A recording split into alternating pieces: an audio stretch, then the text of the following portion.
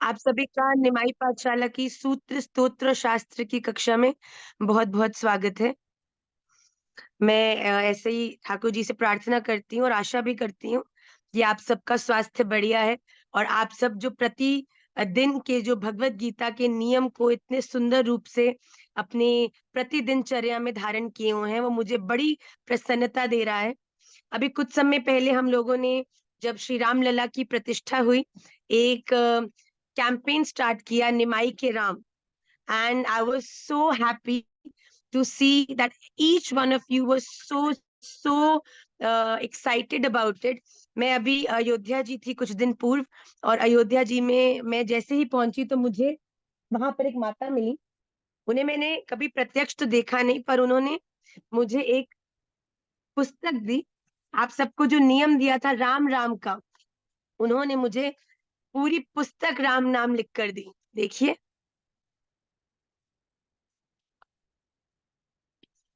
मुझे इतनी प्रसन्नता, अगर आप देखेंगे वो आयु में बड़ी वृद्ध थी। और जब मैंने ध्यान से इस ग्रंथ को देखा, उनके द्वारा लिखे हुए को, तो उन्होंने हर पृष्ठ को एक अलग रंग से लिखा है। देखिए,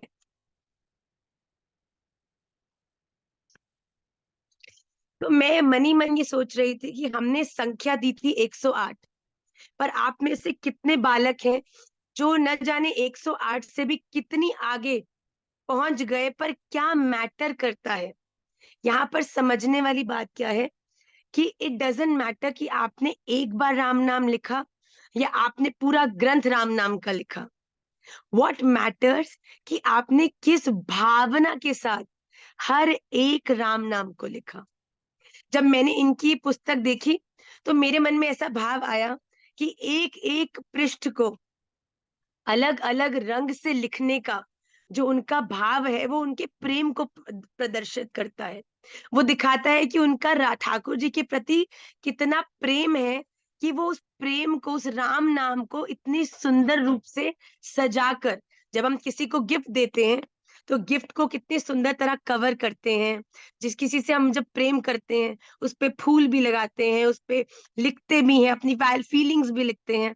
तो मुझे इस ग्रंथ को देखकर बिल्कुल वैसे ही लगा कि जैसे किसी ने अपने प्रेम को बड़ा सजाकर ठाकुर जी को प्रदान करने के लिए मुझे समर्पित किया। और मैं निश्चित रूप से अपनी इस पोस्टमैन वाली ड्यूटी को अच्छे से निभाऊंगी, और तुरंत जैसे ही श्रीधाम वृंदावन जाऊंगी, सबसे पहले राधा रमन लाल जी के पास जाके इस ग्रंथ को उन्हें समर्पित करूंगी। और मेरा ये निश्चित रूप से मेरा मानना है कि आप सबका जो इतना ठाकुर जी के प्रति प्रेम भाव, इतनी निष्ठा, हर हफ्ते ठाकुर जी से प्रेम करने के तरीके को सीखने के लिए कक्षा में आना, किन शब्दों में हम ठाकुर जी को अपना प्रेम व्यक्त कर सकते हैं, किस आचरण को धारण करके हम कैसे ठाकुर जी के और करीब आ सकते हैं, इस सब के प्रति जो आपकी निष्ठा है, वो निश्चित रूप से ठाकुर जी अपने श्री चरणों में स्वीकार करेंगे। आइए, मिले तो मुझे बहुत सारे पृष्ठ हैं। देखिए, बच्चों को मैं जहां मिली, ये देखिए राम नाम की उन्होंने भी कितने सारे पेजेस लिखकर हमको दिए। तो इन सबको ले जाकर हम श्री ठाकुर जी को जल्दी से समर्पित करें। ये बड़ी भारी ड्यूटी है भैया। आप सबके प्रेम को, आप सबके प्रणाम को जितनी देर हम धारण करके रखते हैं, हमारे बड़ी घबराहट हो जाती है। ऐसा लगता है बस ठाकुर जी आपके प्रिय ने आपके प्रति जो संदेश दिया है वो जल्दी से हम आपके श्री चरणों तक। देखिए, हर एक व्यक्ति का एक अपना कर्तव्य है, अपना धर्म है। आप सबका धर्म है कि अपने कर्तव्यों को अच्छे से निभाना। गुरुदेव का कर्तव्य है कि वो आप सबको श्री ठाकुर जी के और करीब लेकर आए, आपकी भावनाओं को श्री राधा रमन देव जी को। क्योंकि गुरुदेव ही एकमात्र ऐसे, मैं प्राणी नहीं कहूंगी, जीव नहीं कहूंगी, ऐसे दिव्यात्मा है जो यहाँ पर भी आपसे संपर्क बनाए हुए हैं, और वहां पर भी श्री राधा रमन देव जी की सेवा में सदा विद्यमान है।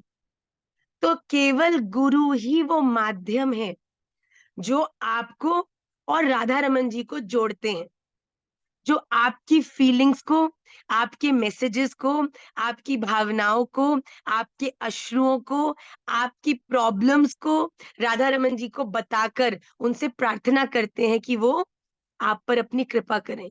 तो हम सब ये सदा ध्यान रखें।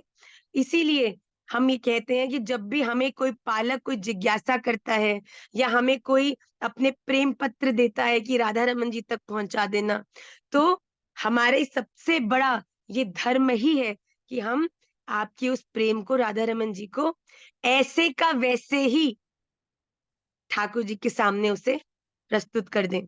तो आप सब भी इसी प्रकार दृढ़ता से ठाकुर जी के प्रेम में डूबे रहें, ठाकुर जी को रिझाने के तरीकों को सीखने के लिए उत्साहित रहें, ऐसी मेरी उनसे प्रार्थना है। आइए आज की मूल कक्षा में हम प्रवेश करते हैं। हम श्रीमद् भगवत गीता के तृतीय अध्याय में प्रवेश कर चुके हैं। मैं निवेदन करूंगी दिव्यानी से कि वो श्रीमद् भगवत गीता के तृतीय अध्याय के प्रथम श्लोक का गान करें। आप सब हैरान होंगे कि ट्यूसडे होती है क्लास, पर आज मंडे को क्लास क्यों है। पिछले वर्ष 31 को ही श्रीरंगम में मेलूर में श्री गोपाल भट्ट गोस्वामी जी की जो जन्मस्थली है, वहां से हमें वहां के आचार्यों द्वारा निमंत्रित किया गया था कि वहां पर श्री गोपाल भट्ट गोस्वामी जी के श्री विग्रह की स्थापना हमारे द्वारा निमाई पाठशाला द्वारा की गई थी। उस पूरे क्रम को 1 वर्ष हो गया, तो हमें वहां से निमंत्रण आया है कि पुनः हम लोग वहां जाएं और 31 जनवरी को इंग्लिश तिथि के अनुसार गोपाल भट्ट गोस्वामी जी का जो प्रादुर्भाव उत्सव है वो वहां पर संपन्न करें।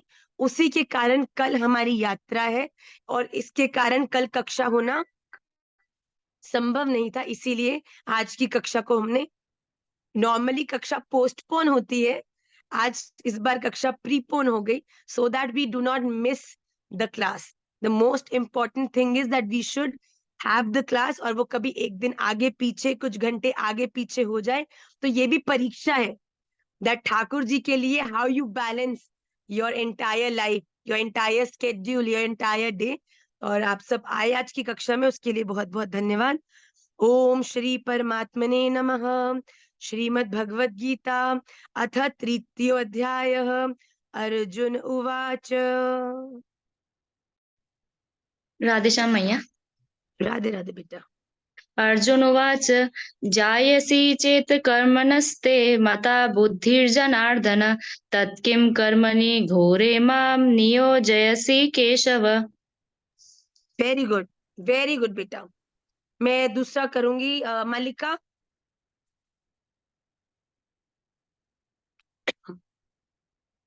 अनम्यूट बेटा।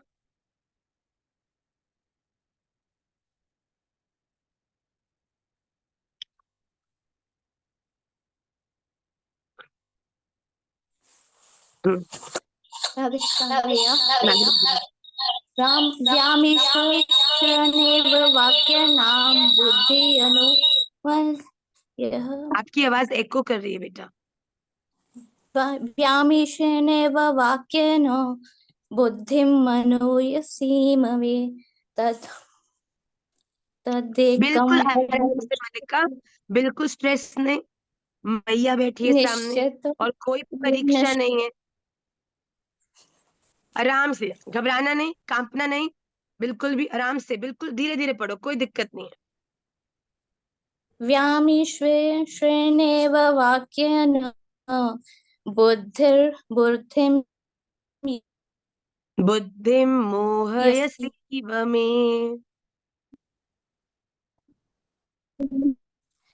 तदेकं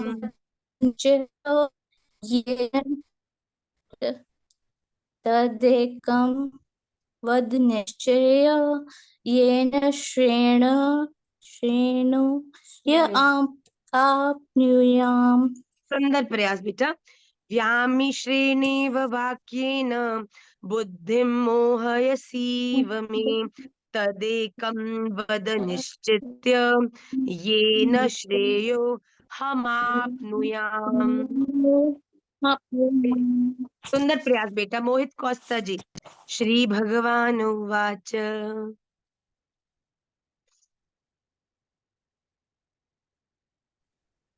मैम मुझे मिल नहीं रहा मैम वो श्लोक। बेटा भगवत गीता है आपके पास? भगवत गीता अभी नहीं है मैम मेरे पास। अच्छा कोई बात नहीं, अगली बार से आपके पास अगर नहीं है तो आप मुझे कक्षा के बाद मैसेज करिएगा, तो हम आपको भगवत गीता भेज देंगे बेटा। मैम है लेकिन वो मंदिर में रखी है, एक्चुअल में अच्छा। मैं नया नहीं, भी मॉर्निंग में नया था।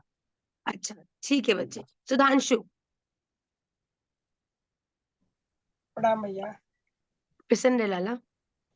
लोकेऽस्मिन् द्विविधा निष्ठा पुरा प्रोक्ता मया नद, ज्ञानयोगेन सांख्यानां कर्मयोगेन योगिनाम्। बहुत सुंदर बेटा, परफेक्ट उच्चारण।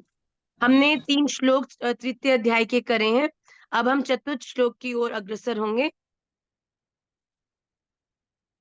आपकी स्क्रीन पर 4th श्लोक दिखेगा आपको।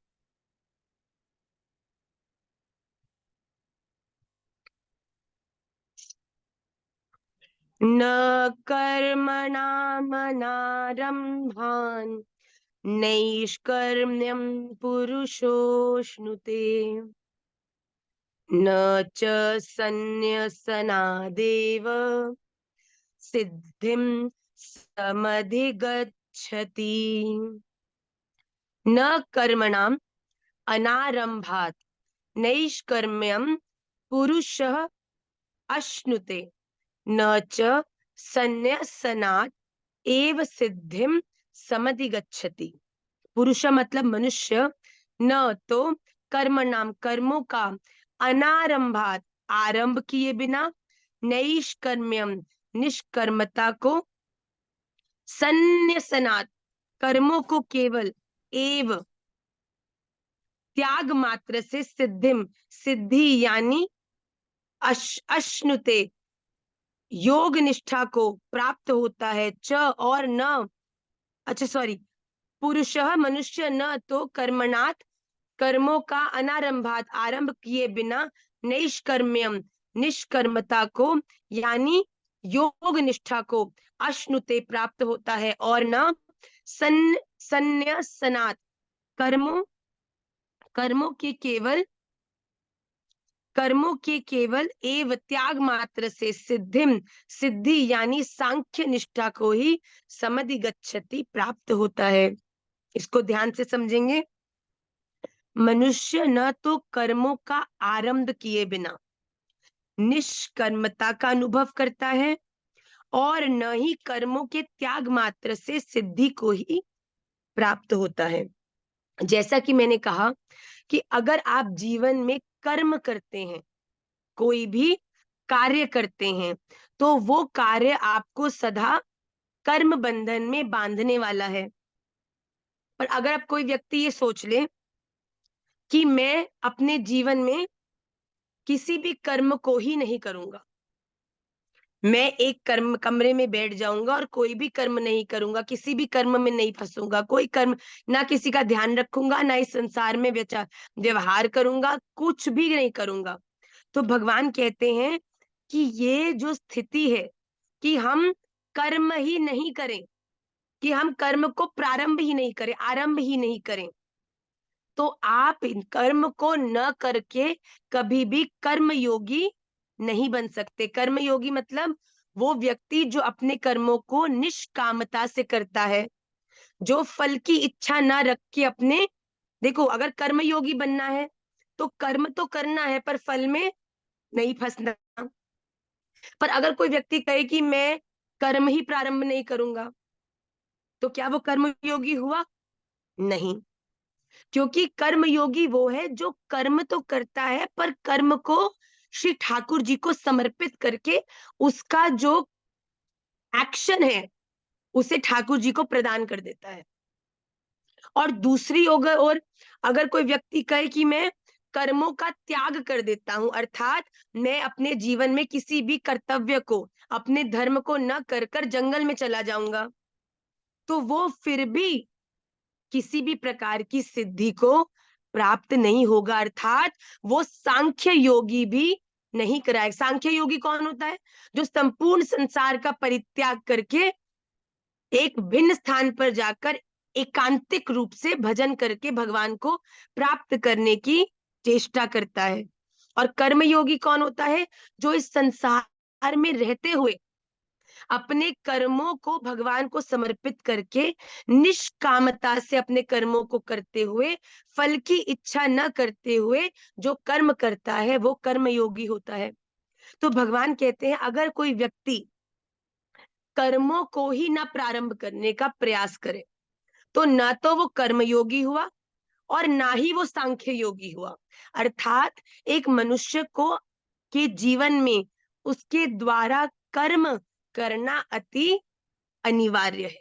ये असंभव है कि आप अपने जीवन में कोई कर्म ना करो। अगर आप अपने आप को सब जगह से भी रोक लो ना, अपने आप को एक बड़ी एकांतिक रूप से बड़ी अलग सी जगह में जाकर भी बंद कर लो, तो आप उस बंद कमरे में न कुछ करते हुए दिखते हुए भी कर्मों को करोगे। क्यों? क्योंकि कर्म केवल एक्शन नहीं है। कर्म एक्शन के साथ साथ your motive, your intention behind the action भी है। अगर तुम इसके भीतर आके बैठ गए तो क्या तुम अपनी बुद्धि को चलने से रोक सकते हो? क्या तुम अपने चंचल मन को कंट्रोल कर सकते हो? नहीं। तो अगर आपकी बुद्धि चल रही है, वो सोच रही है, अर्थात वो सतत कर्मों को कर रही है। कर्म केवल वो नहीं है जो चलता हुआ दिखता है, होता हुआ दिखता है। कभी कभी सोचता हुआ व्यक्ति भी कर्म कर रहा है, कभी कभी मन से कुछ इच्छा करता हुआ व्यक्ति भी कर्म कर रहा है। तो भगवान कह रहे हैं कि अगर एक मनुष्य को अपने जीवन में मुझे प्राप्त करना है, चाहे वो कर्म योग के माध्यम से हो, चाहे सांख्य योग के माध्यम से हो, उसे अपने जीवन में कर्मों को तो करना ही पड़ेगा। पर अगर इस कर्मों के फल स्वरूप पुण्य और पापों से बचना चाहते हो तो उन कर्मों को सतत राधा रमन जी को समर्पित करते चलो। अगले श्लोक में देखिए भगवान क्या कह रहे हैं। न हि कश्चित् क्षणम् अपि जातु तिष्ठत्य कर्म कृत् कार्यते ह्यवशः कर्म सर्वः प्रकृतिजैर्गुणैः। इसका शब्दार्थ देखिए। ही निस्संदेह, कश्चित कोई भी मनुष्य, जातु किसी भी काल में, क्षणम क्षण मात्र भी, अकर्मकृत बिना कर्म किए नहीं तिष्ठति रहता। क्योंकि सर्वः सारा मनुष्य समुदाय प्रकृति जय, प्रकृति जनित गुण ही गुणों द्वारा अवश्य परवश हुआ कर्म करने के लिए बाध्य किया जाता है।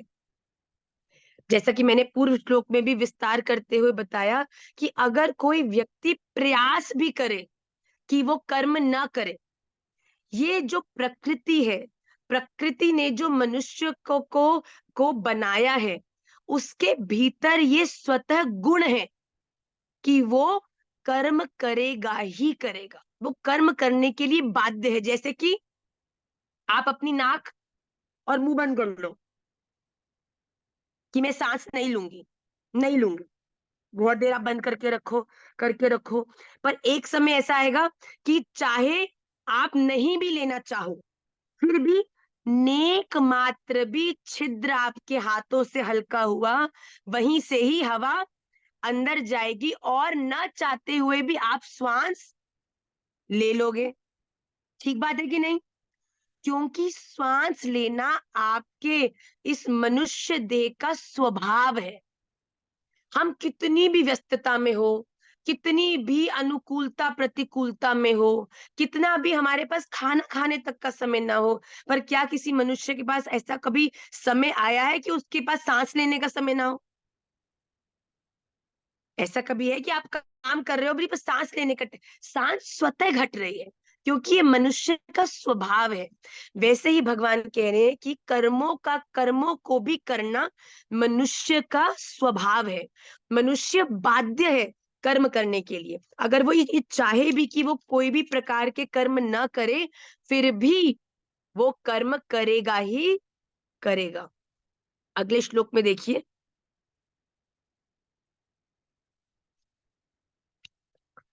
कर्मेन्द्रियाणि संयम्य य आस्ते मनसा स्मरन् इंद्रियार्थान विमूढ़ात्मा मिथ्याचारः स उच्यते।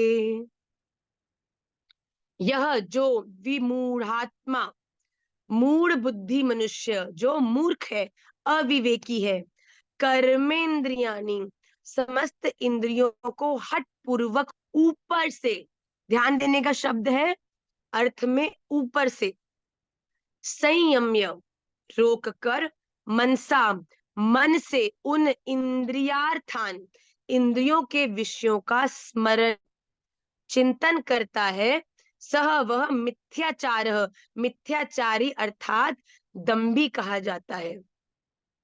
बहुत से मनुष्य ऐसा दिखाते हैं कि उनका संपूर्ण संसार से वैराग्य हो चुका है, कि हम सब कुछ त्याग चुके हैं, अब कुछ भी हमें प्रभावित नहीं करता, हम केवल भजन में ही लीन हैं, हमारा अपनी इंद्रियों पे पूर्ण नियंत्रण है, हम किसी भी चीज से प्रभावित नहीं होते। पर अंदर ही अंदर देखो, ऊपर से दिखाने में तो बड़े बड़े भक्त हैं, पर अंदर से, मन से क्या चाहते हैं? लोक प्रतिष्ठा। ऐसा व्यवहार करके क्या दिखाना चाहते हैं? कि हम बड़े भक्त हैं। तो अंदर से तो वो पूरे व्यवहार में फंसे हुए हैं, कौन क्या कह रहा है उनके बारे में, कौन उनके प्रति क्या व्यवहार कर रहा है, कौन उनके बारे में कैसा आचरण रख रहा है, इन सब चीजों में तो अंदर से तो वो बड़े इन्वॉल्व हैं, पर ऊपर से क्या दिखाते हैं? कि हम विरक्त हो चुके हैं, हमारा इस संसार से कोई लेना देना नहीं है। तो भगवान कहते हैं ऐसा मनुष्य जो ऊपर से कुछ और है, पर भीतर से सदा अपनी इंद्रियों को ही रिझाने में लगा रहता है, उनके ही अधीन है, बाहर से दिखाने में तो बड़ा नियंत्रित है, बहुत बड़ा भक्त है, पर अंदर से उतना ही शिथिल है। भगवान ऐसे व्यक्ति को क्या कहते हैं? विमूढ़ आत्मा, मूढ़ बुद्धि। कि बुद्धू राम, तू किसको बुद्धू बनाने का प्रयास कर रहा है? वो दुनिया जो ऑलरेडी बुद्धू है, वो दुनिया को, आप विवेकी हो, बुद्धू हो, भक्त नहीं हो, क्या फर्क पड़ता है? फर्क किससे पड़ेगा तुम्हारी गति को? कि भगवान तुम्हारे विषय में क्या सोचते हैं, भगवान के प्रति तुम्हारा क्या भाव है। पर हम क्या सोचते हैं? कि हम भगवान को, तो अगर हम दुनिया को बुद्धू बना रहे हैं इस आचरण से, तो शायद भगवान भी हमारे इस आचरण से बुद्धू बन रहे हैं। पर बच्चों, भगवान वैसे बेन नहीं आपके होता चाहिए थे बाहरी वो गल स्वरूप से सुन ला ना, मैं प्रभावित नहीं जीना होते, स्वेटर पा बल्कि लेना, शर्ट कटी है वो पा लेनी है बस। भगवान आपके बाहरी स्वरूप से प्रभावित नहीं होते, बल्कि आपके आंतरिक भाव से आपके प्रेम को स्वीकार करते हैं। तो भगवान कहते हैं कोई व्यक्ति अगर ऊपर से हठ पूर्वक अपनी इंद्रियों का नियंत्रण दिखाता है, पर अंदर से सदा विषयों का चिंतन करने वाला है, अर्थात ऊपर से दिखाता है कि मैं बिल्कुल भी ये ग्रहण नहीं करता, ये नहीं खाता, वो नहीं खाता, पर मन ही मन सदा भोजन के बारे में ही चिंतन करता रहता है, अरे घर जाऊंगा, ये बनाऊंगा, ये खाऊंगा, ऐसा करूंगा, बहुत अंदर से तो मुंह में पानी आ रहा है, हाय हाय चाट चाट पकौड़ी खाऊं, रसगुल्ला खाऊं, पर जब दुनिया में गया तो बोलता है मैं जी केवल दाल चावल, इसके अन्यत्र हम कुछ ग्रहण नहीं करते। भगवान कहते हैं ऐसे व्यक्ति मुझे बिल्कुल पसंद नहीं है, जो दुनिया में कुछ है पर अंदर से कुछ है। ऐसे व्यक्ति को भगवान विमूढ़ आत्मा मतलब मूढ़ बुद्धि वाला मनुष्य ऐसा कहा जाता है कि वो मिथ्या, मिथ्या मतलब झूठा, दंभी, जो कि भगवान कहते हैं ये मिथ्या आचरण करने वाला कहा जाता है। मतलब कि इस दुनिया को बेवकूफ बनाने में तो शायद सफल हो भी जाए, पर ब्रह्म परमात्मा को बेवकूफ नहीं बना सकता, उसे मिथ्याचारी भगवान ने संबोधन किया है। अगले श्लोक में देखिए, यस्त्विन् इंद्रियाणि मनसा नियम्यारभतेऽर्जुन कर्मेन्द्रियैः कर्मयोगम् असक्तः स विशिष्यते। तू किंतु अर्जुन, यह जो पुरुष मनसा, मन से इंद्रियाणि इंद्रियों को नियम्य वश में करके, असक्त अनासक्त हुआ, मतलब अनअटैच्ड हुआ, कर्मेंद्रिय ही समस्त इंद्रियों द्वारा कर्मयोग का आरभते आचरण करता है, सह वही विशिष्यते श्रेष्ठ है। देखिए भगवान कह रहे हैं कि तुम ऊपर से इस दुनिया में कैसे दिखते हो, कैसे लगते हो, इससे मुझे कोई फर्क नहीं पड़ता।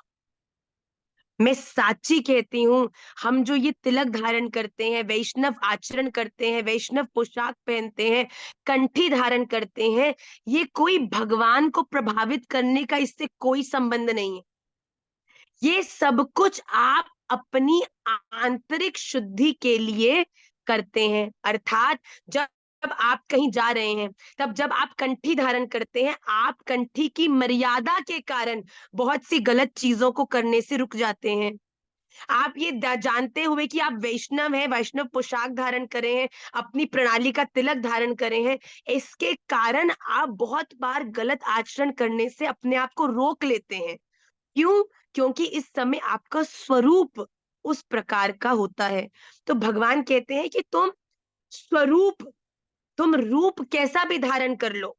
कोई अगर राम जी की वेशभूषा पहन के राम जी का रूप धारण किए है, धनुष बाण लिए है, पर अंदर से बुरे आचरण वाला है, मन से हर एक की निंदा करता है, दोष दृष्टि धारण किया है, तो क्या लगता है कि भगवान राम जैसे दिखने वाला उसको भगवान राम कभी स्वीकार करेंगे?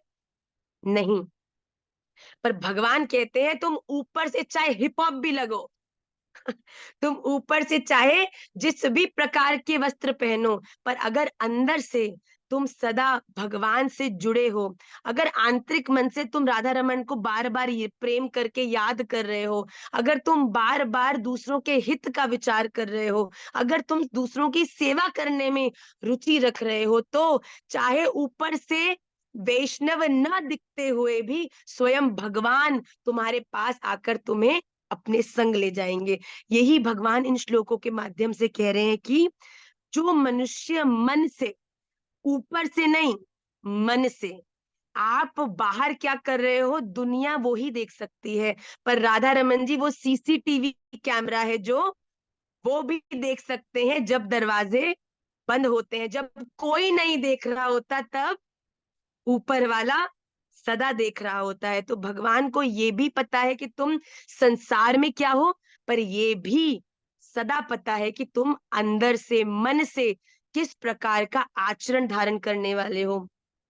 जो मनुष्य इंद्रियों पर नियंत्रित करके इस दुनिया में अनअटैच्ड हुआ, इस दुनिया में विचरता है अपने कर्म को करने के लिए, राधा रमन देवजू की प्रसन्नता के लिए, राधा रमन देवजू ने जो रोल दिया है उसको अच्छे से निभाकर उनकी उस मुस्कुराहट, उस दंतावली दर्शन को करने के लिए, जो अपने जीवन के कर्मों को अपनी समस्त इंद्रियों को नियंत्रित करके करता है, भगवान कहते हैं मेरी दृष्टि में वही वैष्णव श्रेष्ठ है।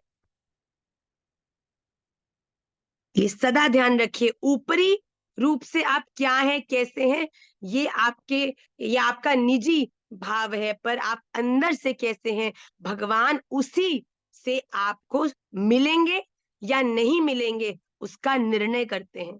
अगले श्लोक में देखिए, आज की कक्षा का गीता जी का ये विश्राम श्लोक है। नियतं कुरु कर्म त्वं कर्म ज्यायो ह्यकर्मणः शरीर यात्रापि च ते न प्रसिद्ध्येद कर्मणः। त्वं तू नियतम शास्त्र विहित कर्तव्य कर्म कर ही, क्योंकि अकर्मणः कर्म न करने की अपेक्षा कर्म करना ज्यायः श्रेष्ठ है, च तथा अकर्मणः कर्म न करने से तेरा शरीर यात्रा, शरीर निर्वाह भी न नहीं प्रसिद्धेत सिद्ध होगा। यहाँ भगवान कह रहे हैं तू शास्त्र विधि से नियत किए हुए कर्तव्य कर्म कर, क्योंकि कर्म न करने की अपेक्षा कर्म करना श्रेष्ठ है। अगर हम ये चयन करेंगे कि हम किसी भी प्रकार के कर्म को न करें, जो कि असंभव है, तो भगवान कह रहे इससे श्रेष्ठ क्या है कि तू अपने कर्तव्य को, अपने कर्मों को, अपने धर्म को, शास्त्र विधि से अर्थात मेरे अनुगत्य होकर उन्हें जीवन में करता चल, तथा कर्म न करने से, अगर तुम ये भी निर्णय लोगे ना प्रयास पूर्वक कि मैं कोई कर्म न करूं, तो भगवान कह रहे हैं ये भी तुम्हारी गति के लिए, तुम्हारी शरीर यात्रा के लिए, तुम्हारी निर्वाह के लिए ये असंभव भी है और तुम्हें सिद्धि भी प्रदान नहीं करने वाला, अर्थात तुम्हें मुझ तक पहुंचाने वाला नहीं है। तो एकमात्र जो साधन भगवान तक ले जाने वाला है वो क्या है कि हम शास्त्र विधि से भगवान के अनुगत्य हुए अपने जीवन में भगवान के द्वारा दिए हुए रोल को पूर्ण निष्ठा पवित्रता से भगवान को समर्पित करते हुए, भगवान का ध्यान नाम करते हुए उन्हें समर्पित करके आगे चलते रहें। यही एक मनुष्य देह के लिए सबसे कल्याणकारी मार्ग है भगवान को प्राप्त करने का। तो हम आज इन 5 श्लोकों को अपनी 5 शुद्धि में हम लोग इस हफ्ते लेंगे।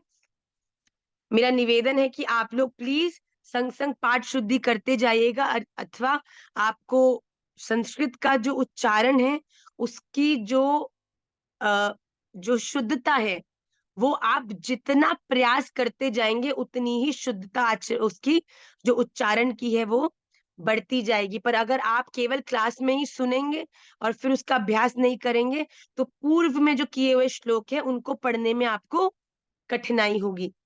आइए कक्षा के द्वितीय भाग में हम प्रवेश करें, जो कि है स्तोत्र। भगवान का अति दिव्य प्रेम से भरे हुए गोपी गीत का आस्वादन हम सभी लोग इस कक्षा में कर रहे हैं। मैं तन्वी से प्रार्थना करूंगी कि गोपी गीत के प्रथम श्लोक का वो गान करके स्तोत्रों को प्रारंभ करें।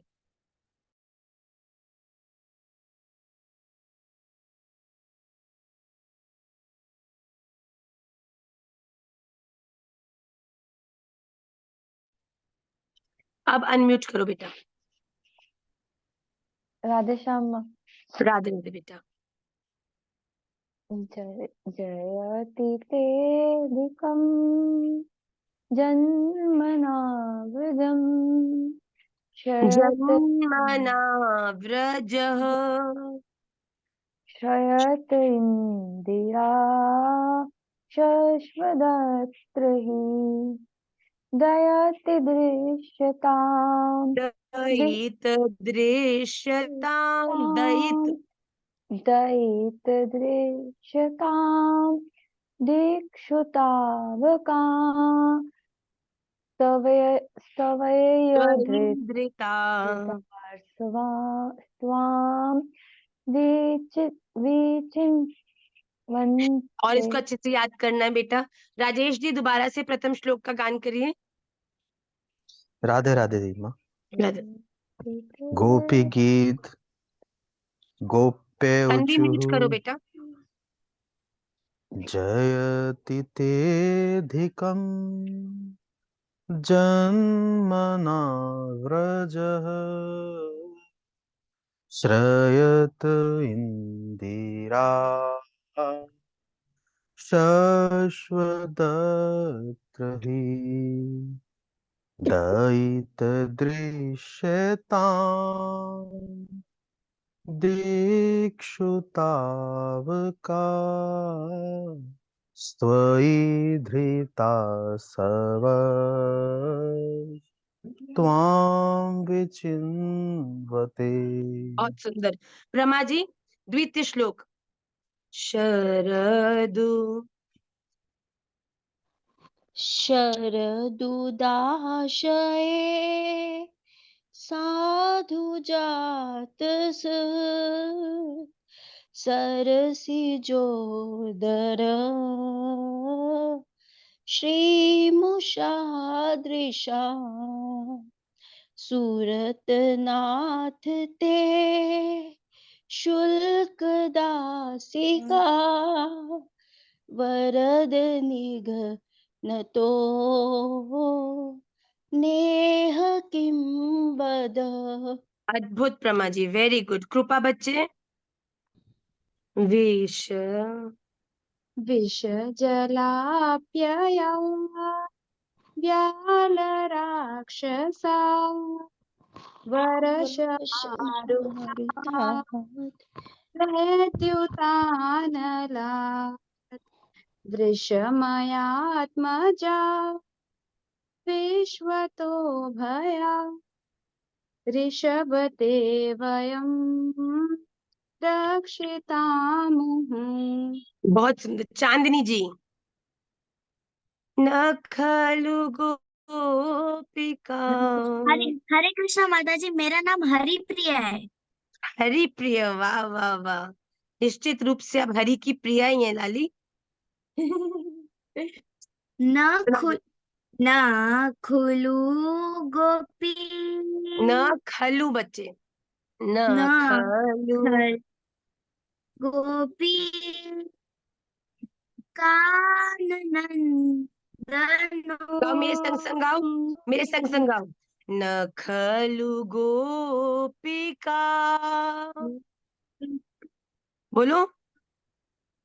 ना न खलु न खलु गोपिका गोपिका नंदनो भवान। नंदनो भवा अखिल देहिनां अखिल देहि नाम अंतरात्मदृक् अंतरात्मदृक् विखन सार्थितो विखन सार्थितो विश्वगुप्तये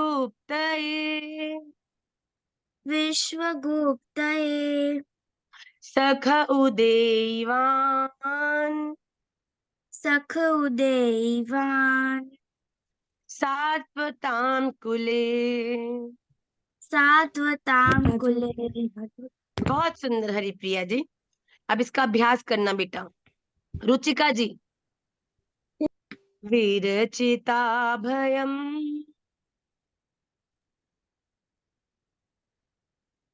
रुचिका जी आवाज नहीं आ रही।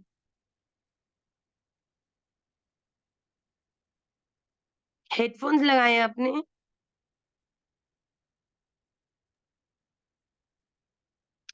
कीर्ति जी, आपकी आवाज नहीं आ रही। रुचिका जी। कीर्ति गोस्वामी जी। विरचिता भयम। राधे राधे मैया, राधे भूल राधे गई। बच्चे। विरचिता भयम वृष्णिधूर्यते चरन्मिहिंसा संसृतिर्भया करसरोरुहं कान्तिकामदम् शिरसि देहिना श्रीकरग्रहम्। सुंदर बेटा।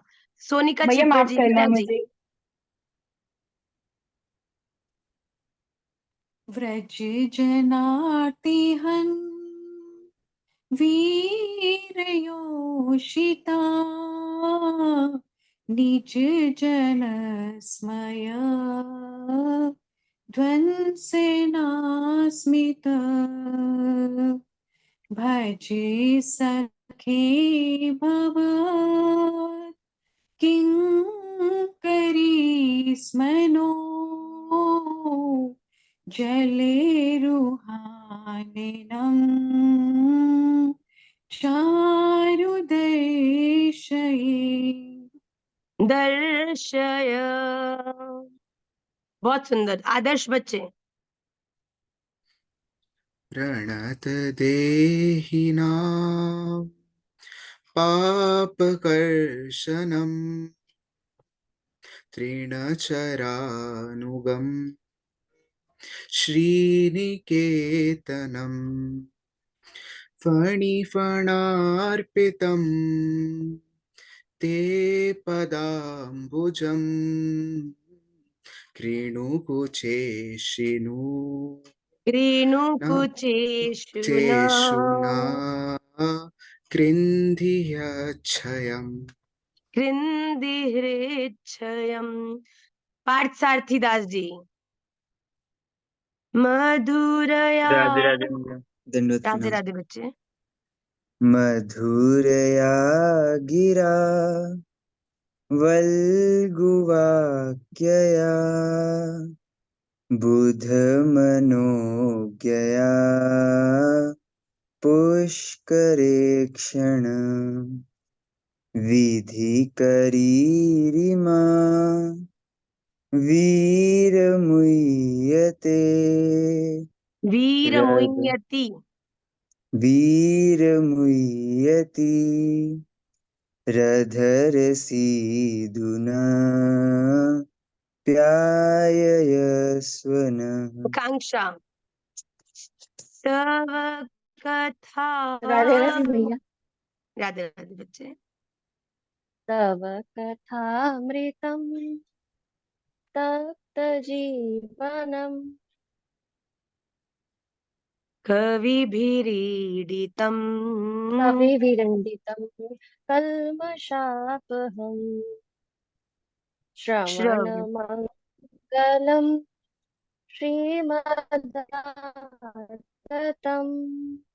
भुवि गृह्णन्ति ते भूरिदा जना। लव वर्मा जी।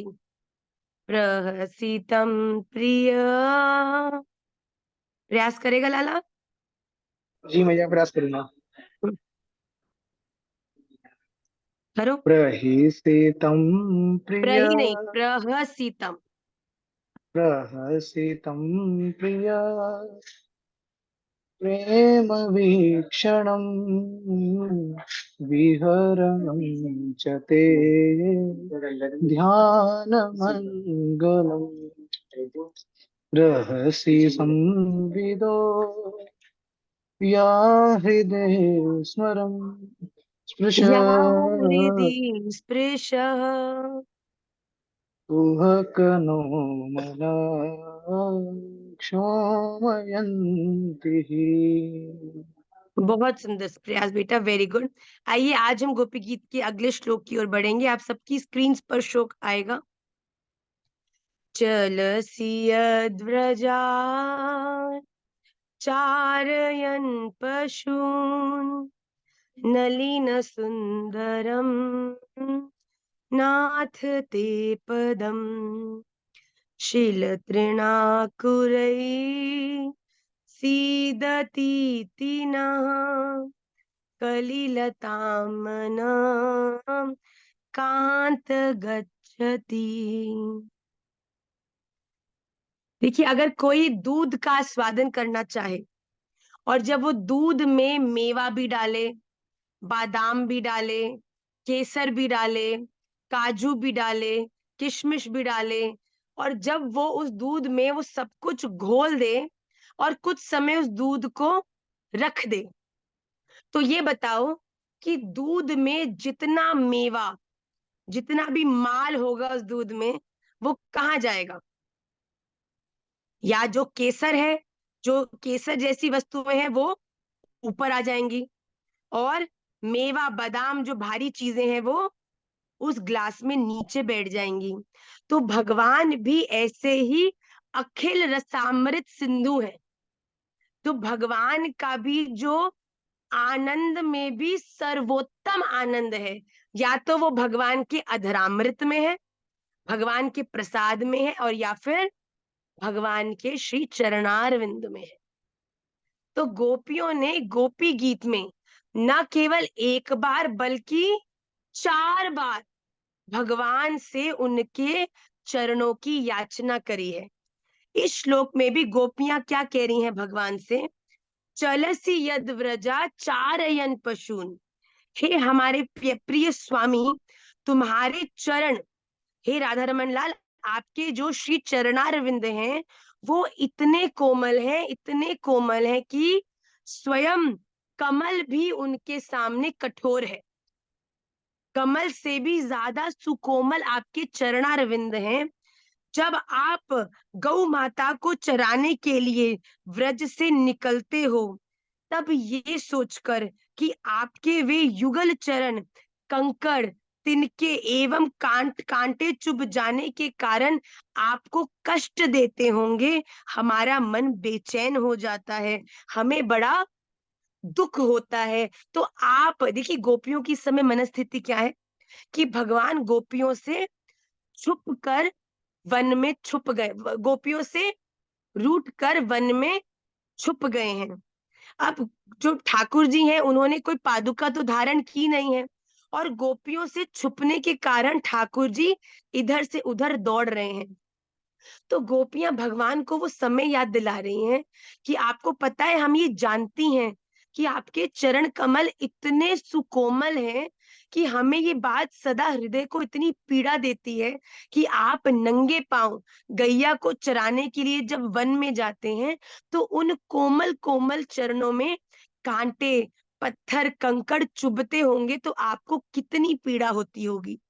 आपकी इस पीड़ा को सोचकर हमारा हृदय बड़ा दुखी होता है।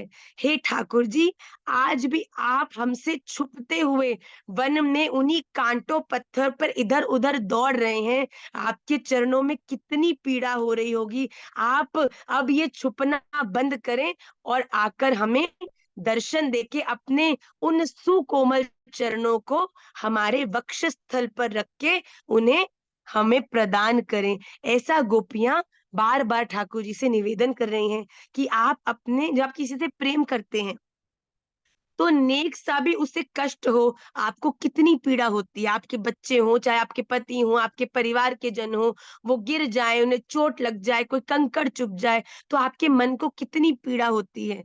तो गोपियां भी भगवान को ये कह रही है कि आप हमसे हमसे छुपने के लिए नंगे चरण वन में एक पेड़ से दूसरे पेड़ के पीछे दौड़ दौड़ के मत छुपिए, क्योंकि ऐसा करने में हम जानती हैं आपके चरणों में कष्ट होता होगा, पत्थर कंकड़ आपके चरणों में चुभ जाते होंगे। और ये सोचकर हमारा जो हृदय है वो बड़ा द्रवित होता जा रहा है। हमें क्षमा करिए और अपने ये चरणारविंद हमें प्रदान करिए। आप हमारे सन्मुख आकर हमें अपने दर्शन लाभ दीजिए। ऐसा कह के गोपियां ठाकुर जी को कह रही हैं कि आप हमसे दूर मत जाइए, आपके बिना हमारे लिए रहना असंभव है। चलसि यद व्रजाचारयन् पशून् नलिन सुंदरम नाथ ते पदम शिल तृणाकुरै सीदतीति नः कलिलतां मनः कांत गच्छति।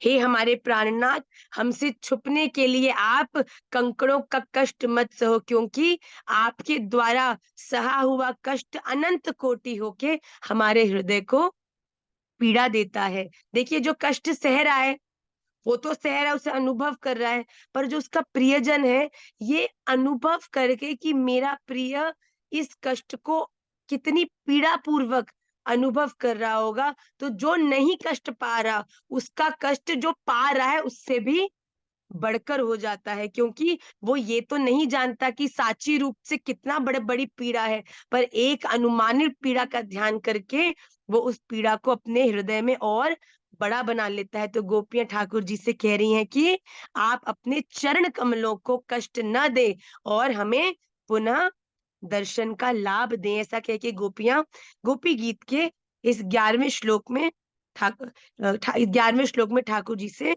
निवेदन कर रही हैं। आप सभी लोग गोपी गीत के इस 11वें श्लोक को इस पूर्ण हफ्ते में निश्चित रूप से हृदयस्थ करें, ऐसी मेरी प्रार्थना है। आइए जल्दी से आज की कक्षा को विश्राम की ओर ले जाते हैं। निमाई पाठशाला की इस कक्षा का आखिरी भाग है सूत्र।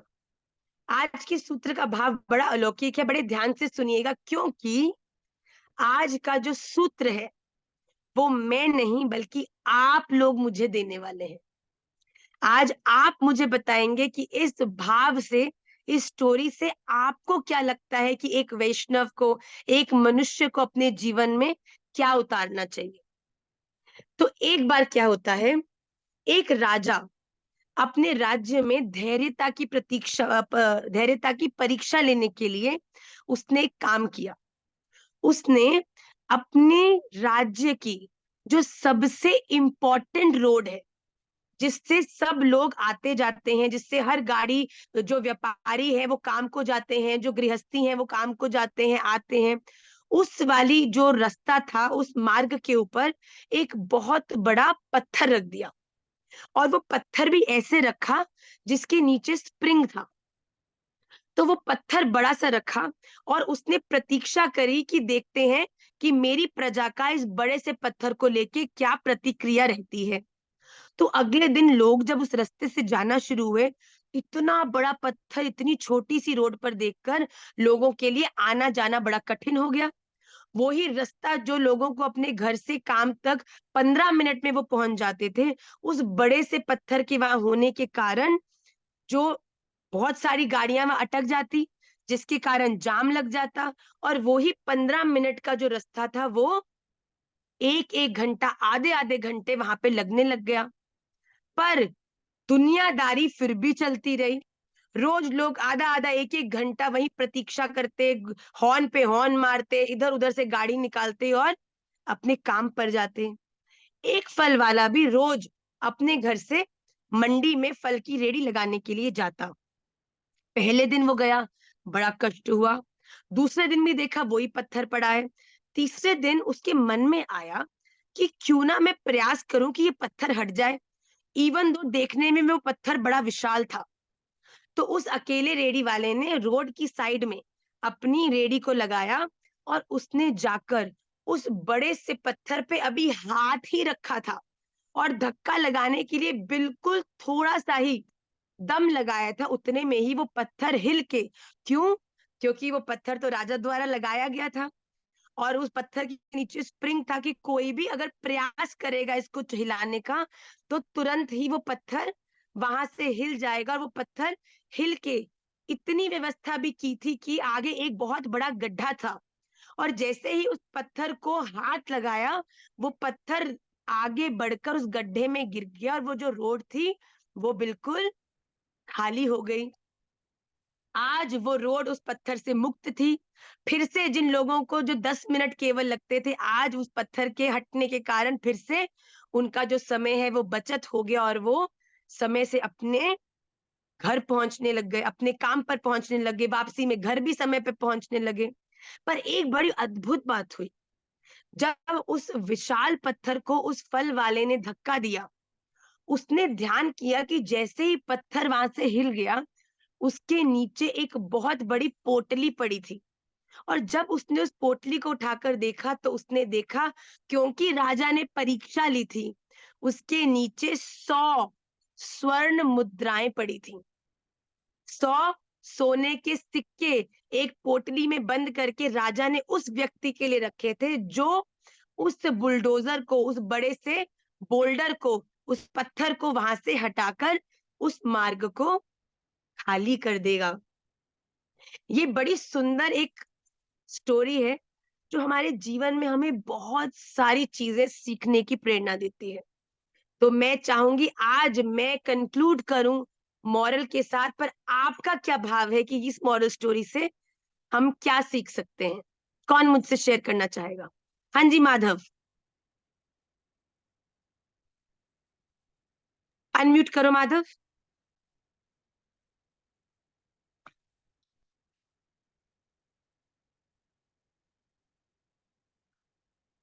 माधव अनम्यूट करो।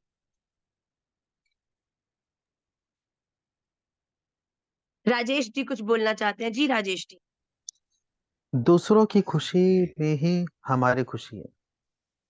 बहुत सुंदर बात, क्रिस्प एंड परफेक्ट। जब जब हम जीवन में दूसरों की खुशी के लिए, दूसरों के जीवन की मुसीबतों को हल करने का प्रयास करेंगे, तब तब राधा रमन लाल सदा हमारे संग रह के हमारी मदद करेंगे। जो दूसरों की, God always help those who help others. जो दूसरों की मदद करने की प्रयास करते हैं, ठाकुर जी सदा उनकी मदद करते हैं। Very good Rajesh ji. और क्या इसमें से हम मॉरल देख सकते हैं? तान्या गुप्ता जी। राधे राधे मैया। बेटा राधे राधे। मैया, इससे हम ये सीख सकते हैं कि हमें कोशिश करने से पहले कभी हार नहीं माननी चाहिए, प्रयास वेरी गुड, करना चाहिए हमें। वेरी गुड बेटा।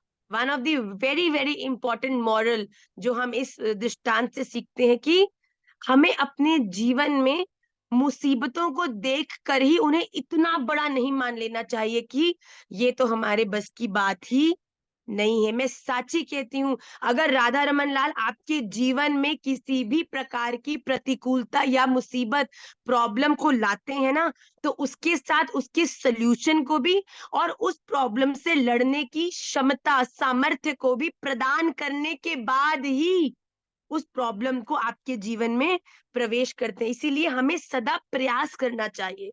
बिना प्रयास करे इस दुनिया की कोई भी मुसीबत आपके प्रयास से बड़ी नहीं है। अगर आप किसी भी मुसीबत प्रॉब्लम की तरफ कोशिश करोगे तो या तो अपनी कोशिश में आप सफल होगे, तो वो आपको एक नई रास्ता दिखाएगी, और अगर आप असफल भी होते हो तो भी वो आपको जीवन में अनुभव देगी, आपके जीवन में एक लेसन प्रदान करेगी, आपको एक्सपीरियंस देगी। तो दोनों ही तरफ से आपका हित होगा। इसीलिए प्रयास सदा करो। अपने जीवन में जिन जिन प्रॉब्लम से आप डरते हो ना, सबसे इजीएस्ट सोल्यूशन उस प्रॉब्लम का है कि आप उसको फेस करो। जिस दिन आपने अपनी प्रॉब्लम को फेस कर दिया ना, तो आप समझोगे कि सचमुच ये प्रॉब्लम मुझसे बहुत छोटी थी, पर क्योंकि हमने अपने मन में उस प्रॉब्लम को रख रख के अपना चिंतन ओवर बना बना के उसको इतना बड़ा कर लेते हैं कि वो छोटी होते हुए भी हमको बहुत बड़ी प्रतीत होती है। हाँ जी, नेहा दुबे जी। राधे राधे मैया। राधे राधे बच्चे। मैया, जितना मैं समझ पाई हूँ इस मॉरल स्टोरी से, एज अ वैष्णव, जैसा आपने कहा, तो मुझे ऐसा लगता है समस्याएं बहुत हैं, अपार हैं समस्याएं, लेकिन उसका समाधान हमको खुद ही ढूंढना है। समस्याओं पे रोने की बजाय हमको खुद ही उस समस्या का समाधान ढूंढना है। जैसे कि अगर भक्ति मार्ग में कहूँ तो रोज कुछ ना कुछ आपको परेशानी आएंगी कि अरे आज मेरे पास तो भजन करने का समय नहीं है, आज भगवान की भक्ति करने का समय नहीं है, लेकिन वो समस्याओं को हमको ही दूर करना है और उस समस्या को अपने मार्ग से बड़े विचारशीलता से हटाते हुए हमको उस मार्ग में खुद ही अपनी समस्याओं का समाधान करते हुए अग्रसर होना है। मैं चाहती हूँ सब लोग नेहा के लिए ताली बजाएं। ये इस स्टोरी का सबसे महत्वपूर्ण मॉरल है कि हमें अपने जीवन में अपनी समस्याओं से स्वयं ही लड़ना है। ये मनुष्य का बड़ा विचित्र स्वभाव है कि वो सदा ये चाहता है कि उसकी प्रॉब्लम्स को कोई और सॉल्व कर दे। ये प्रॉब्लम तो है, पर हाँ, अगर तुम इस प्रॉब्लम को मेरी सॉल्व कर दो, फिर मैं इसमें अग्रसर होने में मुझे कोई संकोच नहीं। इस कारण से देखिए, वो बोल्डर जो था, वो पत्थर जो था, वो प्रॉब्लम हर एक के लिए था। गाड़ी वाले के लिए भी था, रिक्शा वाले के लिए भी था, फल वाले के लिए भी था, पैदल आने जाने वालों के लिए भी था।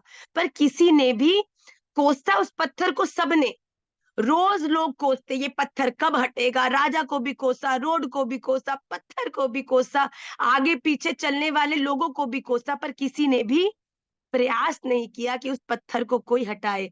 वो फल वाला भी इसी मुसीबत से रोज जूझता था, पर फिर एक दिन उसने सोचा कि मैं अपनी इस समस्या को स्वयं ही हल करने का प्रयास करता हूं। जिस दिन आप आत्मनिर्भर हो जाओगे, I will handle my problems on my own.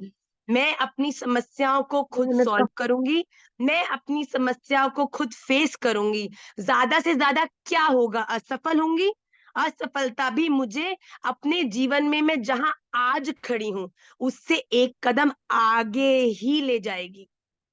जब जब हम अपने जीवन में प्रतिकूलताओं को, विपरीत परिस्थितियों को फेस करते हैं ना बच्चे, तो वो हमें कॉन्फिडेंस देता है, वो हमें एक सेल्फ रिस्पॉन्सिबिलिटी की फीलिंग देता है हमारी नजरों में। जैसे फॉर एग्जाम्पल, कुछ दिन पहले कोई व्यक्ति का मूड था कि वो दूसरे व्यक्ति से भिड़े, तो उस एक व्यक्ति से कोई छोटी सी गलती होगी, तो दूसरे व्यक्ति ने उस चीज का एक बहुत बड़ा इशू बनाया, उसके सामने गया और दे धनादन बोलता रहा। वो व्यक्ति जो दूसरा था, उसने बोला, भैया इस समय ना तो तुम्हारा सुनने का मूड है, और मैं ये समझ पा रहा हूँ कि तुम्हारा बड़ा भीषण मूड है कि तुम लड़ाई करो, पर मेरा लड़ने में कोई रुचि नहीं है। इसीलिए मैं थोड़े समय बाद, जब तुम्हारा पारा नीचे हो जाएगा, मैं पुनः तुमसे वार्तालाप करके बात को हल पूर्वक उसका हम लोग कोई निर्णय निकालेंगे। वो व्यक्ति वहां से उठ के चला गया। अगर जीवन में आप दूसरों की प्रतिक्रियाओं से प्रभावित होकर उन्हीं सिचुएशन में फंस जाओगे तो आपको कभी भी कोई सल्यूशन नहीं मिलेगा। पर जिस दिन उस प्रॉब्लम को आप चूज करोगे कि मैं इस प्रॉब्लम को अपने जीवन की प्रॉब्लम बनने ही नहीं दूंगा, तुझे लड़ना है, तुझे फंसना है, मुझे तो नहीं फंसना, मेरा सल्यूशन ये है कि मैं शांतिपूर्वक अपने समाधान की तरफ जाऊं। तो जिस दिन आप उस प्रतिकूलता को, प्रॉब्लम को फेस करते हैं ना, उस दिन आप अपने जीवन में जिस स्थिति में आप हैं उससे एक कदम और आगे आ जाते हैं। आपका धैर्य बढ़ जाता है, आपके जीवन में टॉलरेंस बढ़ जाती है, आपका विवेक दूसरों की एग्रेशन के अधीन नहीं होता। दूसरे अगर कुछ भी कर रहे हैं तो आप अपना पारा उनके कारण नहीं खोते। सुधांशु जी।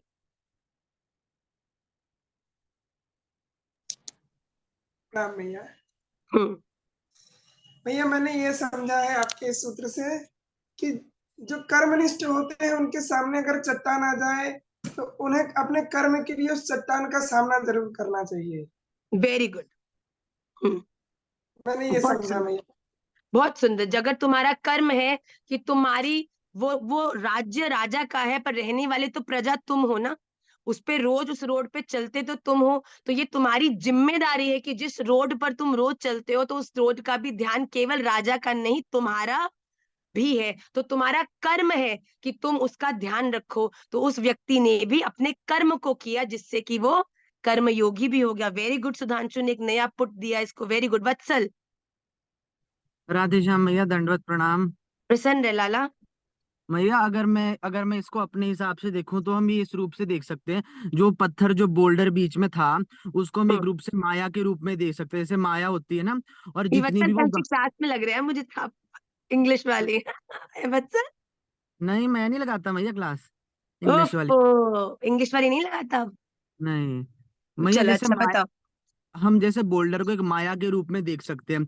जैसे भगवत गीता में मेंशन करते हैं, भगवान कहते हैं कि जो लोग मुझे गलत तरीके से और तरीकों से मुझे जानने का प्रयास करते हैं भक्ति के अलावा, मैं उनको माया रूपी पर्दे से ढक लेता हूँ, उनके आगे माया रूपी उसके रूप में आ जाता हूँ। तो हम गाड़ी को ऐसे देख सकते हैं कि वो जो गाड़ियां थी वो व्यक्ति के रूप में, जैसे व्यक्ति है, जितने भी संसार में हम लोग देखते हैं वो माया के अधीन है, माया के अनुसार अपने आप को ढालने का प्रयास कर रहे हैं। लेकिन कोई उस फल वाले की तरह नहीं है कि माया को हटा दे और स्वर्ण को प्राप्त कर ले। अगर व्यक्ति उस माया रूपी बोल्डर को हटा दे और तो ही उसे वो स्वर्ण रूपी राधा रमण की प्राप्ति हो पाएगी। लेकिन बस इतना सा करना है, हमने उस माया रूपी बोल्डर को हमें हटा के स्वर्ण रूपी राधा रमण को हमें अपना लेना है। Very good. चलो एक और वेरी वेरी गुड जो पुट हमको मिला। इट इज वेरी ट्रू कि वो बोल्डर किसका प्रतीक है? वो बोल्डर माया का प्रतीक है। और हम लोग इस माया के द्वारा बनाई हुई इस दुनिया में माया के साथ बड़े कंफर्टेबल हो चुके हैं। हम ये समझ ही नहीं पा रहे हैं कि हमारे और भगवान के मिलने में, हमारे इस भक्ति पथ के ऊपर चलने में ये माया कितना बड़ा कारण है कि हम राधा रमन जी से मिलने में इतना हमें विलंब हो रहा है। पर जिस दिन अगर कोई भक्त वैष्णव उस माया के बोल्डर को हटा देगा, उस दिन ही उसे स्वर्ण रूपी श्री राधा रमन देव जी से मिलने में भी शीघ्रता प्रदान होगी और उसे भगवान की प्राप्ति भी निश्चित रूप से होगी। बहुत सुंदर वत्सल। वेरी वेरी गुड बेटा। भैया अब मैं बोलूं? माधव। हाँ जी। भैया मेरा तर्क ये है कि हमें मतलब कर्म करना तर्क चाहिए। नहीं, जैसे सुझाव। सुझाव यानी कि मेरा तर्क ये का सुझाव, माय सजेशन इज कि हमें कर्म करना चाहिए। मतलब कर्म से पीछे नहीं हटना चाहिए। टाइम मतलब सबके पास है, लेकिन हम अगर अपना स्वार्थ छोड़कर दूसरे के लिए मतलब सार्वजनिक तरीके से टाइम निकाले तो अगर हम उसको करें तो कर्म मतलब उस कर्म को हम कर सकते हैं। जैसे उस मतलब टाइम सबके पास था, कोई भी मतलब वहां से उठकर उस बोल्डर को हटा सकता है, लेकिन सबने अपने स्वार्थ के बारे में सोचा। सिर्फ वो फल वाला था जो सबके स्वार्थ के बारे में मतलब सबके हित के बारे में सोच रहा था। बहुत सुंदर माधव। वेरी वेरी गुड कि उस व्यक्ति ने न केवल अपने बारे में सोचा बल्कि उसने पहले सबके बारे में सोचा कि इस बोल्डर के कारण सबको कितनी परेशानी हो रही है, सब लोग आसपास कितने परेशान हो रहे हैं, समय कितना ज्यादा लगता है। उसके कारण जब उसने उस बोल्डर को हटाया तो सबका हित करने चला था, इसीलिए उसका भगवान ने, देखो बोल्डर तो सबके लिए हटा, सबके लिए और उसके लिए भी हट गया, पर जो अशर्फियां उसे प्राप्त हुई वो भगवान की प्रसाद स्वरूप, कृपा स्वरूप उसके जीवन में खूब उसे मदद करने वाली हुई। तुलसी। माँ, on a lighter note I want to say that कि जो सेवा करेगा मेवा उसी को मिलेगा। निश्चित, जो सेवा करेगा मेवा उसी को मिलेगा, जो भगवत अधीन होगा, जो भगवान को ध्यान करते हुए जीवन में हर एक की सेवा करने की दृष्टि रखेगा, भगवान उसे स्वयं की दृष्टि में सदा रखेंगे। मोनिका जी। सुधांशु मिल गया एक बार टर्न, रुक जा अभी। मोनिका जी। भैया इससे हमें ये पता चलता है कि कोई भी समस्या ऐसी है ही नहीं जिसका हल ना हो, बस हमें हल्का सा एक प्रयास करना है। भगवान ने कोई भी समस्या बिना हल के तो बनाई ही नहीं, हर प्रॉब्लम का सॉल्यूशन है। हमें जस्ट थोड़ा सा ट्राई करना है और भगवान खुद आके आपकी मदद करते हैं। जैसे उसके नीचे पहले से ही स्प्रिंग लगा हुआ था, उसका कोई ज्यादा जोर भी नहीं लगा और सबकी उसने मदद भी कर दी तो और भगवान उसको यही कहते इनाम हैं, भी अगर मिल मैं गया। तुम्हें कोई विपरीत परिस्थितियां तुम्हारे जीवन में देता हूं तो उसे हल करने के लिए हमें केवल छोटा सा प्रयास करना है। स्प्रिंग तो राधा रमन ने पहले ही लगा रखे हैं, पर अगर हम प्रयास ही नहीं करेंगे तो हमारे जीवन की प्रॉब्लम्स हम लोगों पे हावी हो जाएंगी, हमें ओवर पावर करेंगी। तो अगर अपने जीवन की प्रॉब्लम से बाहर निकलना है तो रोना बंद करो, कोसना बंद करो, कुछ किए बिना बैठे बैठे उस चीज को अपने जीवन में इंपॉर्टेंस देना बंद करो और stand up for yourself and face that problem. क्योंकि जिस दिन आप अपने जीवन की प्रॉब्लम्स को फेस करने लग जाएंगे ना, आपको रियलाइज होगा कि जीवन में से 100 में से 99 तो कभी प्रॉब्लम्स थी ही नहीं, हम लोगों ने केवल उनको प्रॉब्लम समझा हुआ था अपने अविवेक के कारण। तो हम अपने जीवन में इन सब सूत्रों को उतारें। मुझे बहुत ही आनंद आया, आप सबने अपने अपने विचारों को दिया, and I think from the very next time this is what we gonna follow. अब से सूत्र मैं नहीं, आपसे सूत्र आप लोग मुझे बताएंगे, मैं आपको स्टोरी दूंगी और आप उसमें से अपना हृदय का, अपने चिंतन का मंथन करके क्या उसमें से हमें उतारना चाहिए। देखिए मैं होती तो शायद 2 या 3 ही मॉडल्स दे पाती, आप लोगों ने तो क्या क्या माया भी घुसाई बीच में और सेवा मेवा भी आ गया, बहुत हमको आनंद आया। तो आप सब इसका सदा ध्यान रखिए और अगले Tuesday we will again meet in the same class. Please learn Gopi Geet and do the reading the पांच शुद्धि of श्रीमद् भगवद गीता तृतीय अध्याय और पहले 2 अध्यायों को भी कम से कम हफ्ते में एक बार निश्चित रूप से, प्लीज मेरी करबद्ध प्रार्थना है, इसकी प्रैक्टिस करना चाहिए। मुझे पता है मुझे आप लोगों को सरप्राइज देना था। I was about to disclose the dates of the camp of Nimai Pathshala which is going to happen this year, but because of certain unstable dates of Maharaj Shri, I am still not very sure with the date. Maybe next week I'll be able to tell you the exact dates, exact place. Have I disclosed the place in this class? No? Shall I? Shall I? Divyani, you want to know? But then you have to promise that you will be coming for sure. So this year, we are having the camp of Nimai Pathshala in any suggestions? Any guesses? जिसने कल की class लगाई है, जिसको पता है ना, वो नहीं बताना please. Pallavi, no. Any guesses? Yes मैया, बताओ। वृंदावन। वृंदावन में हमने पहला कैंप किया है। चंडीगढ़ भैया। नो चंडीगढ़। चंडीगढ़ में क्या है भाई? अयोध्या। चंडीगढ़ में कुछ ना है। अयोध्या जी नहीं। Last guess. गुजरात। भैया दिल्ली में। दिल्ली। भैया पंढरपुर। भैया जगन्नाथपुरी। ये कौन बोला? जगन्नाथपुरी कौन बोला? कीर्ति कीर्ति। श्री राधा रमण लाल की जय। इस वर्ष निमाई सच पाठशाला में का जो भैया? कैंप है वो जगन्नाथपुरी में होने जा रहा है। और मैं आपको साची कहती हूँ, हमारे वृंदावन धाम का जो श्रीमन महाप्रभु ने अपने 18 वर्ष जगन्नाथपुरी में बिताए हैं, वहां पर एक एक स्थान में आपको ऐसे गूढ़ रहस्य, और सबसे ऊपर इस बार इस कैंप में महाराज श्री भी हमारे संग रहने वाले हैं, उनकी कथा का भी हमें आस्वादन करने का अवसर मिलेगा। और जगन्नाथपुरी के अलौकिक गंभीरा, सिद्ध बकुल, और भी जगन्नाथपुरी का जो मुख्य जो टेम्पल है, समुद्र स्नान, प्रतिदिन बड़े आनंद होने वाले हैं। इसीलिए जगन्नाथपुरी इज द प्लेस जहां पर 100% इस वर्ष अबाउट अगस्त सितंबर के अंदर जब प्लेजेंट वेदर होता है तब कैंप होने वाला है। It is going to be a 4 to 5 day camp. और मैं इसकी एग्जैक्ट डेट्स महाराज श्री की जो स्केड्यूल है उसको फाइनलाइज करके मे बी दिस वीक और नेक्स्ट वीक तक आपको बता दूंगी, जिससे कि आप सब लोग सितंबर तक अपने घरों में अति श्रेष्ठ बालक, अति श्रेष्ठ विद्यार्थी बन के रहेंगे, जिससे कि आपके माता पिता आपको कैंप में आने की अनुमति दे दें। आप कैंप में आएंगे, आपकी संपूर्ण जिम्मेदारी, आपका आना, रहना, खाना, यात्रा, सब कुछ हमारी जिम्मेदारी होगी। तो हम इस कैंप के लिए बड़े उत्साहित भी हैं। आप सब लोग प्लीज बैलेंस करिए, because I don't want this is, जो बच्चे कैंप में आते हैं they know that the camps of Nimai Pathshala are they evolve you as a person। वो आपको आपके जीवन में न केवल भक्ति में आपको अग्रसर करते हैं, पर वैष्णव संग, वैष्णव सेवा, हम इतना कुछ, और बिल्कुल हम सखियों की तरह हम लोग सब आनंद करते हैं, ठाकुर जी को रिझाने के विभिन्न विभिन्न प्रयास करते हैं। तो आप सभी लोग अगस्त सितंबर में अपना अवकाश रखिएगा। जगन्नाथपुरी इज दी प्लेस जहां से श्री गोपाल भट्ट गोस्वामी जी ने भी गोपाल भट्ट गोस्वामी, श्रीमन चैतन्य महाप्रभु जहाँ पे 18 वर्ष रहे हैं, और वहां पे एक एक स्थान जो जगन्नाथपुरी में है, वहां हमारी राधा रमणीय परंपरा वहां से बहुत गूढ़तम जुड़ी है।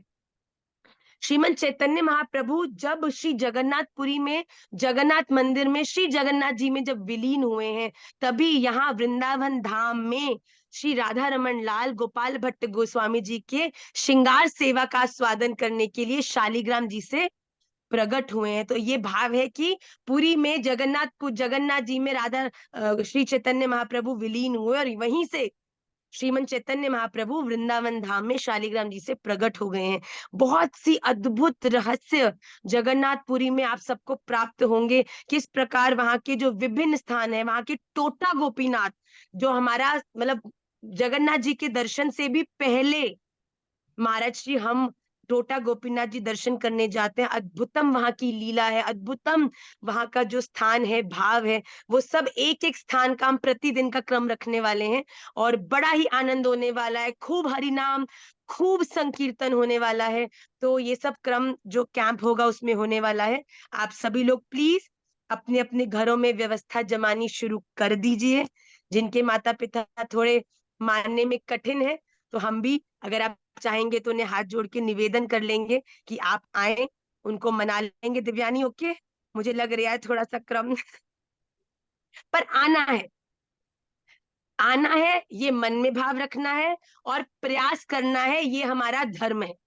जब हम धर्म को निभाएंगे, प्रयास करेंगे और मन से राधा रमन जी को के प्रेम का ध्यान करते हुए उनसे प्रार्थना करेंगे, तो देखना, मैंने देखा है बड़े बड़े माता पिता खुद ही ठाकुर जी अपनी जो है ना वो ब्रह्म मोहन शक्ति का प्रयोग करते हैं, और सब लोग सब भूल जाते हैं और अनुमति भी मिल जाती है। तो हम प्रयास जरूर करें, हम कोशिश जरूर करें, हम लोग ठाकुर जी से प्रार्थना जरूर करें कि Thakur ji please, you can get your mother, you can get your father, you can get your neighbour, you can get your everybody. Hari सत्संग तो जितनों को मिले उतना आनंद होगा, ठीक है। आप किसकी कोई मर्यादा नहीं है। It's just that please inform us when the forms will be open. तो उसमें आपको विधिवत लिखना पड़ेगा हम कितने लोग आ रहे हैं, जिसके कारण आपके रहने की भी विधिवत व्यवस्था पाठशाला के द्वारा की जाए। आई नो, मैं भी बहुत उत्साहित हूँ। मेरा बहुत मन शुरू से था कि हम सब जगन्नाथपुरी जाएं। वहां का जो भाव है वो अलौकिक है। मैं सच कहूं, ये मेरी बड़ी अंतरंग भाव है। अगर पूरे विश्व में श्रीधाम वृंदावन में भी श्री राधा रमन लाल के प्रांगण के अलावा कहीं मेरा मन लगता है, कहीं मुझे बड़ी शांति, बड़ा बड़ा मुझे हृदय को बड़ा कनेक्टेड फील होता है, तो वो श्री जगन्नाथपुरी ही है। वहां का जब आप भाव देखेंगे, जगन्नाथ जी का दर्शन करेंगे, तो सच में कलयुग के तो देवता जगन्नाथ जी हैं, जो लिटरली केवल 1-2 घंटा ही सोते हैं, बाकी पूरा समय अपने भक्तों को, प्रियों को दर्शन देते हैं।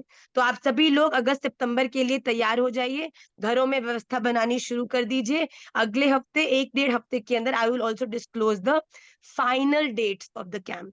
इसी के संग आज की कक्षा को हम विश्राम करते हैं। आप सभी के श्री चरणों में, राधा रमन लाल के श्री चरणों में मैं धन्यवाद व्यक्त करती हूँ। आप सबको खूब खूब आभार करती हूँ। इसी प्रकार अपनी सेवा में, अपने भजन में थोड़ा सा मुझे भी ध्यान करके आशीर्वाद दे दीजिएगा करिए कि ठाकुर जी सदा मुझे आप सबकी, अपनी सेवा में ले नहीं ले वो मुझे चिंता नहीं है, पर आपकी सेवा से मैं कभी भी ना चूकूं। मेरे लिए ये सतत प्रार्थना, मैं डिमांड कर रही हूँ कि आप लोग करा करिए प्रतिदिन। इसी के संग आज की कक्षा को विश्राम करती हूँ। वांछा कल्पतरुभ्यश्च कृपा सिंधुभ्यैव च पतितानां पावनेभ्यो वैष्णवेभ्यो नमो नमः। श्री राधा रमन लाल की जय।